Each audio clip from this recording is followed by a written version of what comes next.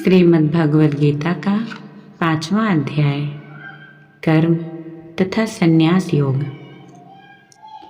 इसमें अर्जुन पूछते हैं, हे कृष्ण, आप कर्मों के संन्यास की और फिर कर्म योग की प्रशंसा करते हैं, इसलिए इन दोनों में से जो एक मेरे लिए भली भांति निश्चित कल्याणकारक साधन हो उसको कहिए।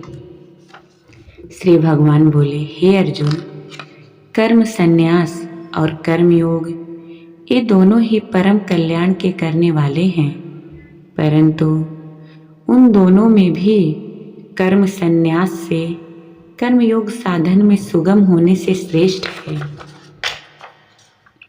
हे अर्जुन, जो पुरुष ना किसी से द्वेष करता है ना किसी की आकांक्षा करता है, वह कर्मयोगी सदा सन्यासी ही समझने योग्य है, क्योंकि राग द्वेष आदि द्वंद्वों से रहित पुरुष सुखपूर्वक संसार बंधन से मुक्त हो जाता है।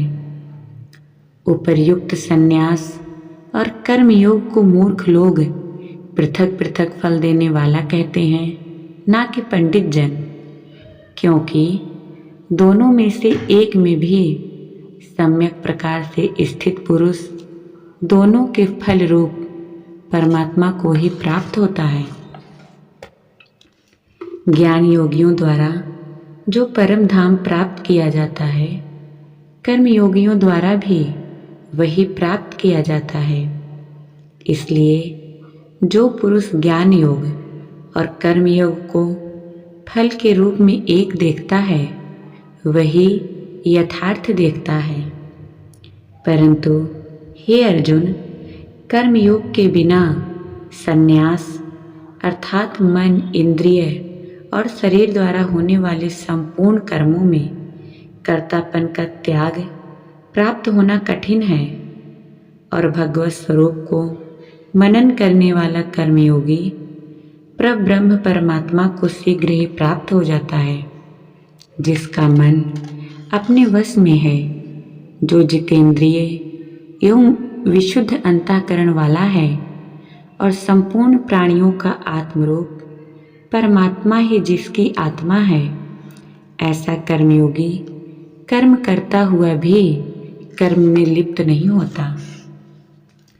तत्व को जानने वाला सांख्य योगी तो देखता हुआ, सुनता हुआ, स्पर्श करता हुआ, सूंघता हुआ, भोजन करता हुआ, गमन करता हुआ, सोता हुआ, श्वास लेता हुआ, बोलता हुआ, त्यागता हुआ, ग्रहण करता हुआ तथा आँखों को खोलता और मूंदता हुआ भी सब इंद्रियां अपने अपने अर्थों में बरत रही हैं। इस प्रकार समझकर निसंदेह ऐसा माने कि मैं कुछ भी नहीं करता हूँ।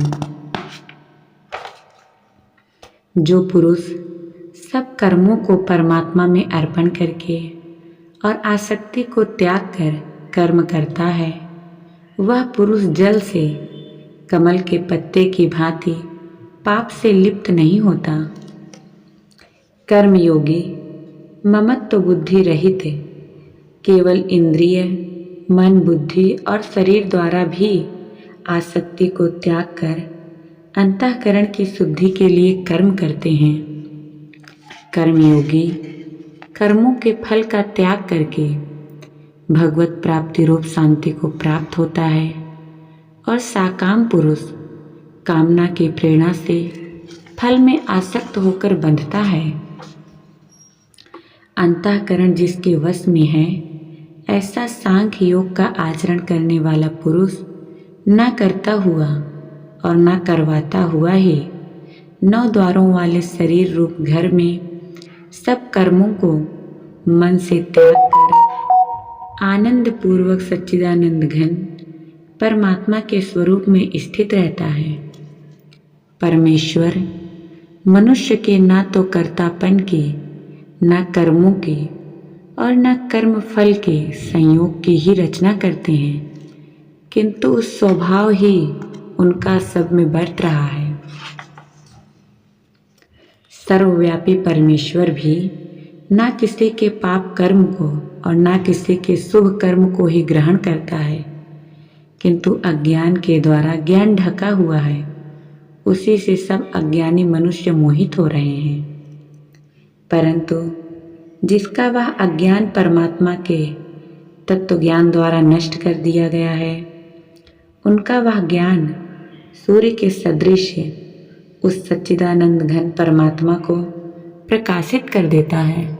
जिसका मन तद्रूप हो रहा है, जिसकी बुद्धि तद्रूप हो रही है, और सच्चिदानंद घन परमात्मा में ही जिसकी निरंतर एक ही भाव से स्थिति है, ऐसे तत्वपरायण पुरुष ज्ञान के द्वारा पाप रहित होकर अनुरावृत्ति को अर्थात परम गति को प्राप्त होते हैं। वे ज्ञानी जन विद्या और विनय युक्त ब्राह्मण में तथा गौ, हाथी, कुत्ते और चांडाल में भी समदर्शी ही होते हैं।